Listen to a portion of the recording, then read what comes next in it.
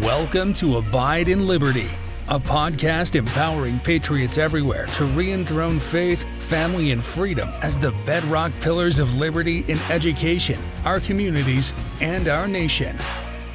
Hello, everyone. Welcome back for another episode of Abide in Liberty. This is part 2 of my series on the miracles of the revolution. So just to recap from last week, we're going to spend the next, I don't know how many weeks this is going to take, going through several of my favorite miracles from the American Revolution. These are all stories that I had learned about previously, but it wasn't until reading a book called The Washington Hypothesis recently, where the author, typically what you see in a history of the American Revolution is great attention to detail at every stage. And in particular, these miraculous events are talked about, but tend to either be downplayed or there's so much detail in between each of these miraculous events that the frequency of them and just how many there are tends to get diluted, because by the time you get to the next one, it seems like there's so much that's happened and there's so much that did happen. This book, though, I really appreciated because it covered the same historical facts. It did it from a perspective of faith, however, whereas many of the books and things I've studied on the American Revolution do come from, especially the history books, tend to come from a little bit more of a secular viewpoint. But in this book, it kind of takes the opposite approach. Rather than kind of brushing through the miraculous events a little bit more quickly and then spending a lot of time on the detail in between them, this one focuses and highlights those miraculous events and then very summarizes in a very general way the events that lead from one miraculous event to the other. So I've really enjoyed this. And just as a reminder, what we talked about last week was kind of a precursor to the American Revolution, an event that happened in George Washington's life during his time in the French and Indian War, where he had been miraculously preserved. And as the grand sachem, or the chief of the Indian tribe that he ran into, predicted, this miraculous preservation resulted in Washington being alive and being in a position to play his vital role during the American Revolution. So let's pick up where we left off with the French and Indian War. This war finally ended in 1763, so about 13 years before the signing of the Declaration of Independence. Washington went back to Mount Vernon and worked on various projects there and around his state. But the French and Indian War really launched him into the public eye, and he was very popular after the French and Indian War. But over the course of the next 12 to 13 years, a lot changed very quickly. England had incurred a great deal of debt during the French and Indian War, and the way they saw it was, we spent all this money to protect the American colonies from the invading French and Indians, the Native Americans, and so they should help us foot the bill for this war. So they began taxing the colonies, and they did it quite a bit. Now, by those standards, it was a heavy tax, especially compared to what the colonies had enjoyed prior to this time. For families this day and age, the tax amounts would almost seem laughably low, but this was a big deal to them. And despite the fact that a lot of these taxes were relatively low, it was the principle of the thing that bothered them. Under English law, and as English citizens, they were entitled to certain rights. And one of those was the right to not be taxed without representation. You know, we hear that a lot, no taxation without representation. Well, where did they get such an idea? Well, they got it from English common law. This was the way it was run, and these were things you were entitled to as English citizens. So what they were upset by was they were being treated like second-rate citizens, and they saw themselves as good British citizens. And so when they were treated as less than that, it really rubbed them the wrong way. Now, the seedbed of this bad feeling and where it all kind of came to a head was in Boston, Massachusetts. And it happened early on. So just 5 years after the French and Indian War, things had gotten so dicey in Boston that the Crown felt like it needed to send troops to Boston to help calm things down and restore peace and order and prevent revolutionary action. Now, that didn't help tensions. And 2 short years later, there was an event known as the Boston Massacre, where British troops opened fire on a crowd of antagonistic Bostonians. And this was kind of a famous case where John Adams, who lived in Boston at the time, had the very unpopular job of defending these British soldiers. He believed in the rule of law and that justice should be blind, and that even though the British occupancy of Boston was not popular, those who had felt threatened by the antagonistic Bostonian mob were entitled to equal protection under the law. He defended them, and both he and historians, now with 2020 vision, have agreed that really the British were probably justified in defending themselves in this case. Now, the Boston citizens didn't see it that way, and this only exacerbated the high tensions and the unkind feelings between the two sides. Over the course of the next few years, an additional taxation led to, in December of 1773, the Boston Tea Party.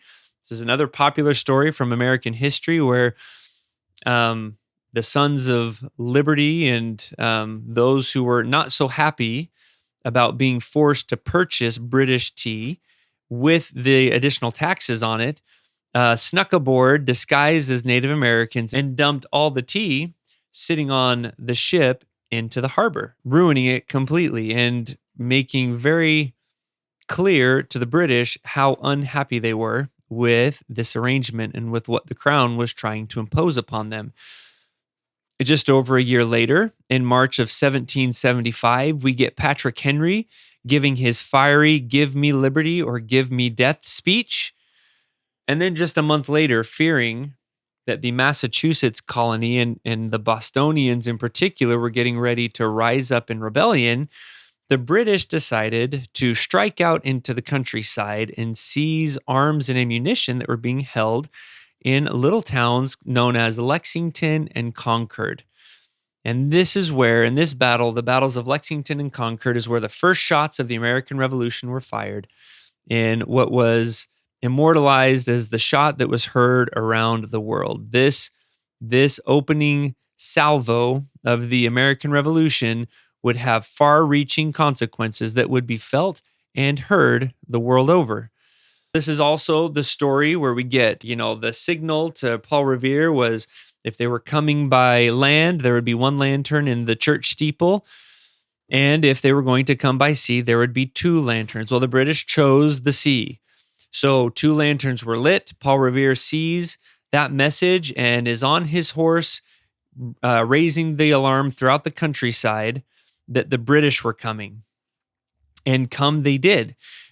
Technically, I believe historians classify the Battle of Lexington and Concord as a draw because the British didn't succeed in capturing those arms, and the Americans didn't really succeed in doing too much damage to the British Army. Neither gained any ground or lost any ground in this battle. But by striking out into the countryside, the British found themselves in a little bit of a hornet's nest, and they were harried during the entire retreat back that entire day. They were beset by militiamen firing on them from cover, from the edges of the roads and from forests that lined the roads. So they were constantly under fire all the way back.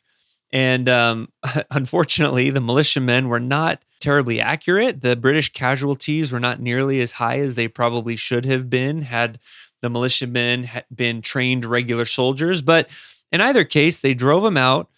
And this really, for the first time, brought into the mainstream the idea that America might actually be able to win in an all-out confrontation with Great Britain.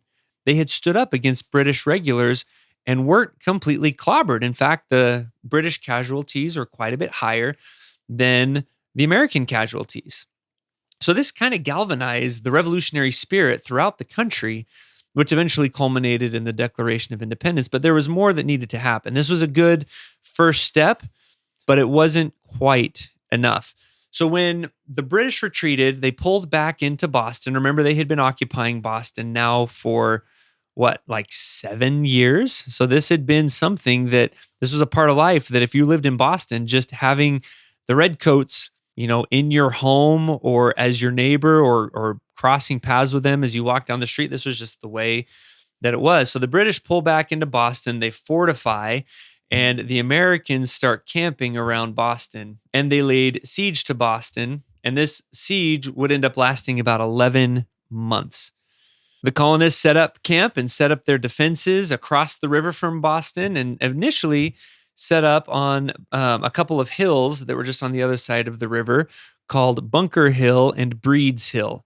Now, the British understood the military significance of these hills as it gave the Americans the high ground. And if the Americans had cannon, which they had very few of at the time, would have allowed them easy access to bombard the city during this siege. So the British immediately set out to attack and claim these hills, which they succeeded in doing, giving themselves the high ground. So the British now had the high ground and pushing the Americans back far enough that they couldn't directly attack or inflict any damage on Boston or the British that were entrenched there. Now, during all of this time, and up to this point, George Washington was not in the picture yet. This all happened, remember, in April of 1775, and he wasn't appointed as the leader of the armies until July of 1775. And I did want to read, when he was given this task by Congress, by the Continental Congress. Now, this was before, again, this is still before the Declaration of Independence. This is kind of a position where, again, many of those in Congress were beginning to think, especially after the success at Lexington and Concord, that declaring independence was an achievable goal, that this was a confrontation that perhaps they could win, but many were still hopeful that there could be some sort of a peaceful resolution to the hostilities. And so during this time, there were still petitions to King George III going on, all of which were rejected. And the idea of Congress was, look, we can't let the British gain more ground if we do end up declaring our independence. But at the same time, as British citizens, we're defending ourselves against tyrannical behavior that as British citizens, we should not be subject to. So we're going to stand up for ourselves while we try and repair and mend ties with our mother country, with Great Britain. So Washington was sent to help command the armies. He was seen as kind of a savior figure because of what he had accomplished during the French and Indian War, but he did not feel up to the task. And when asked to fulfill this role, his response to Congress, again, just showed the greatness of his heart and his humility. He said, "I am truly sensible of the high honor done to me in this appointment, yet I feel great distress from a consciousness that my abilities and military experience may not be equal to the extensive and important trust. I beg it may be remembered by every gentleman in the room that I this day declare with utmost sincerity, I do not think myself equal to the command I am honored with." I've felt this way before when I've been asked to do something that I think is above me. I'll say, look, I'll try, but I want you to know, remember, I warned you ahead of time that I'm probably not going to be very good at this, but I'll do my best. And that was kind of his response. So he showed up in July of 1775 and began the difficult job of whipping the army into shape. It was in rough shape at this point, and he succeeded for the most part in doing that. But remember, this is still an entire year before we would even officially declare our independence. Now, when he arrived, we'd already lost Breed's and Bunker Hill. We'd lost the high ground. And he immediately, upon looking at the lay of the land, realized that success was only to be found in ending the siege if the Americans could somehow seize an area, a piece of high ground south of Boston and south of the harbor known as Dorchester Heights. This would give the Americans access to bombard Boston with cannon if they had cannon. And it was ideally situated to allow Americans to actually be able to reach these British fortifications. There were two problems, though. The Americans did not have the cannon that they needed to be successful, even if they were able to take Dorchester Heights. And the second problem was the British realized the significance of that spot and were ideally positioned that if the Americans were to try and scale this steep incline with this heavy artillery, the British could easily cross the river and attack and annihilate the Americans while they're toiling uphill. It was just not a great not a great situation, but it was really the only option. So the solution to step one came in the form of a very large gentleman named Henry Knox. He asked permission to go travel hundreds of miles to the abandoned Fort Ticonderoga, a fort that the British had abandoned some time before, and bring back all of the cannon and ordnance that had been left there. So he got permission. Washington gave him permission to try this. He got there with his team, and they retrieved 120,000 pounds of mortar and cannons. This was a huge haul. But the problem was how to get back with all of this. They had arrived there through thick forest undergrowth, and it was not an easy trek just to get there. And getting back with all of that heavy equipment was going to be, it seemed, nearly impossible. But they did their best, and they relied on the Lord to do their rest. So they set about preparing sleds to transport these. And on Christmas Day, 1775, once the sleds were completed and they had waited for a little bit, an enormous blizzard blew through, and it was so cold and there was so much snow that it paved a snowy path to allow them to get back to Boston. And it also froze the Hudson River, which made the river crossings possible with all of that heavy weight. So they make it back. They make it back to Boston with all this cannon. A little bit of time passes. It's now March, and things are beginning to thaw. We're having some warm days mixed in with some cold days. They had the cannon, but there was still no way to get all of these soldiers and the cannon up onto Dorchester Heights without the British noticing, and without taking so long that the British would have time to see what they were doing, cross over, take them out, and protect the high ground. But they really had no other choice. So putting their trust in God, and they did do that.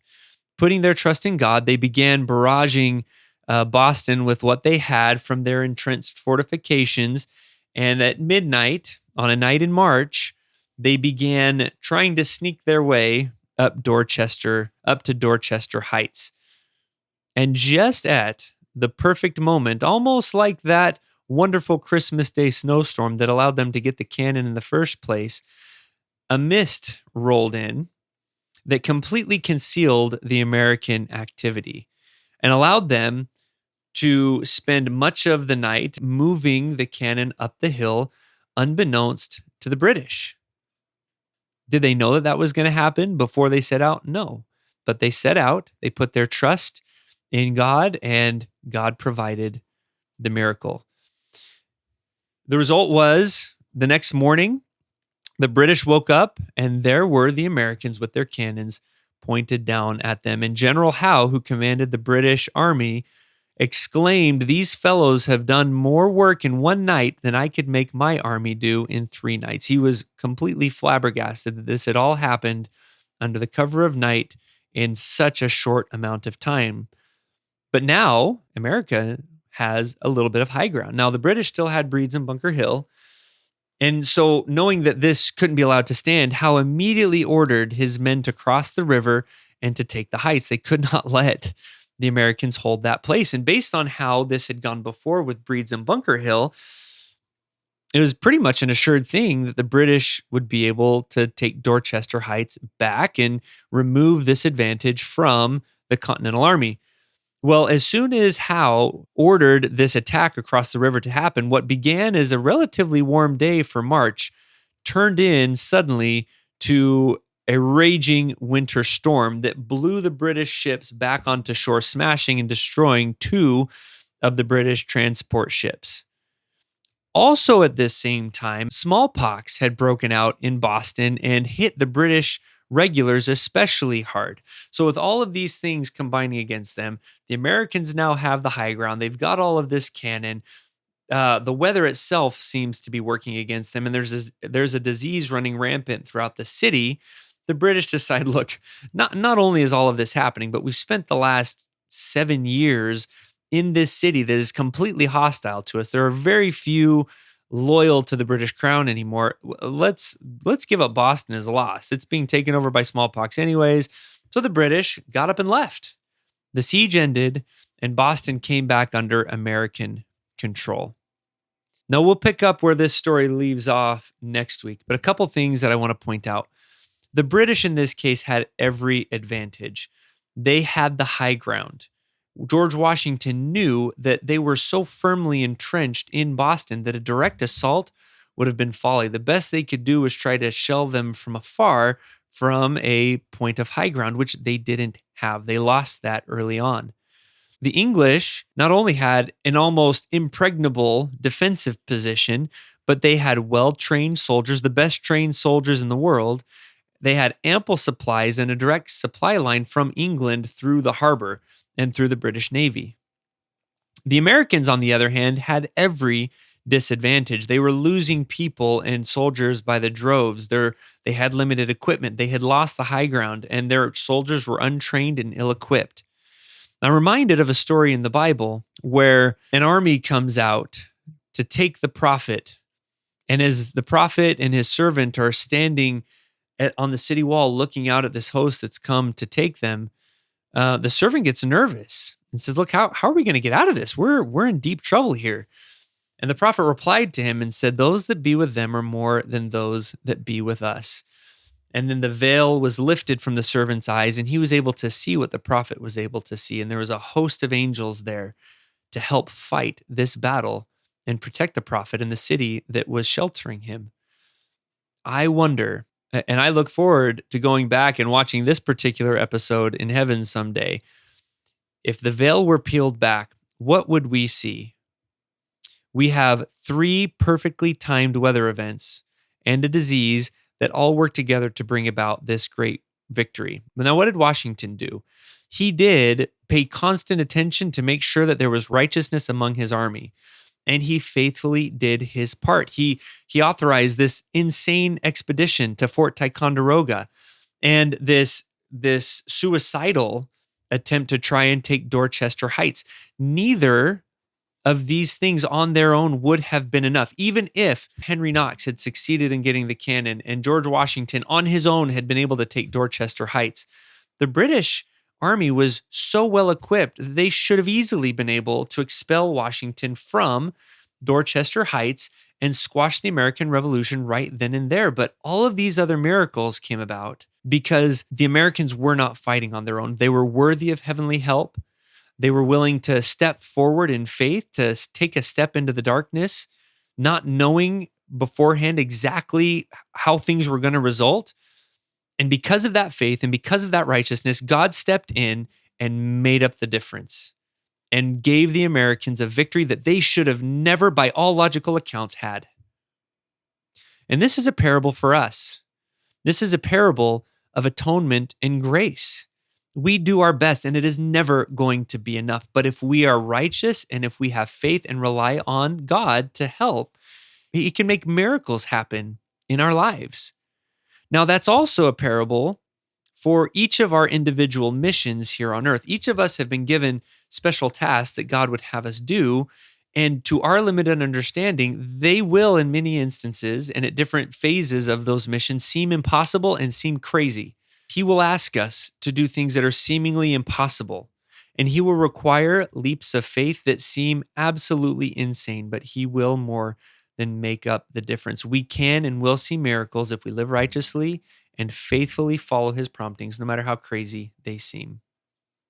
How glad I am, and I'm sure those early patriots were, and I know that George Washington was, glad that we do not have to face these challenges alone. Now, that's going to do it for today's podcast. These stories are so important for us and for our children and for our neighbors to hear. We have lost sight of where we came from and who helped us gain this freedom. Please help me spread these messages of freedom and of faith to as many people as possible by liking and rating the podcast. come find me on YouTube. Subscribe to the Abide in Liberty YouTube channel. Like this, share it.